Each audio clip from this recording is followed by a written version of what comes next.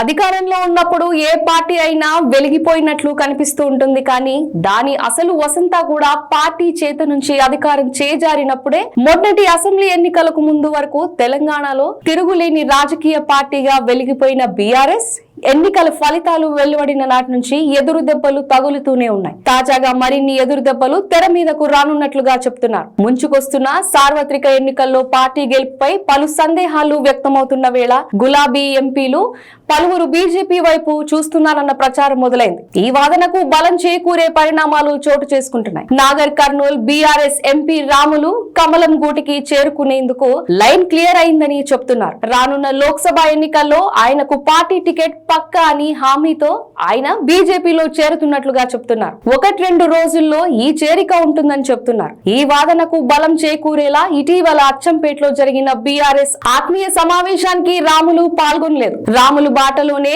ఉమ్మడి మెదక్ జిల్లాకు చెందిన ఒక ఎంపీ కూడా బీజేపీ తీర్థం పుచ్చుకున్నట్లు చెప్తున్నారు. ఆయనతో పాటు ఉమ్మడి ఖమ్మం జిల్లాకు చెందిన సిట్టింగ్ ఎంపీ కూడా బీజేపీ వైపు చూపులు చూస్తున్నట్లుగా తెలుస్తోంది. నిజానికి సదరు ఎంపీ గతంలో బీజేపీలో చేరేందుకు ఉత్సాహాన్ని ప్రదర్శించిన తరువాత కాస్త స్పీడ్ తగ్గించారు. తాజా పరిణామాల నేపథ్యంలో ఆయన చేరిక అంశం మళ్లీ తెర మీదకు వచ్చింది. బీఆర్ఎస్ కు చెందిన ఎంపీలు వచ్చే ఎన్నికల్లో టికెట్ హామీ ఖచ్చితంగా ఇస్తే బీజేపీలో చేరేందుకు అభ్యంతరం లేదన్నట్లుగా వ్యవహరిస్తున్నారు. వచ్చే ఎన్నికల్లో మోడీ సర్కారు అధికారంలోకి రావడం ఖాయమని సంకేతాలు స్పష్టంగా కనిపించడం, ప్రస్తుతం విపక్షంలో ఉన్న బీఆర్ఎస్ నుంచి ఎన్నిక కావటం కష్టంగా మారుతున్న నేపథ్యంలో బీజేపీలోకి చేరటం ద్వారా మరోసారి గెలుపు బాటలో పయనించే వీలుందన్న నమ్మకాన్ని వారు వ్యక్తం చేస్తున్నారు. తాజాగా చోటు చేసుకున్న పరిణామాలన్నీ చూస్తే గులాబీ కారుకు వరుస ఎదురు దెబ్బలకు రంగం సిద్ధమైనట్లు సంకేతాలు కొట్టుకొచ్చినట్లుగా కనిపిస్తున్నాయి.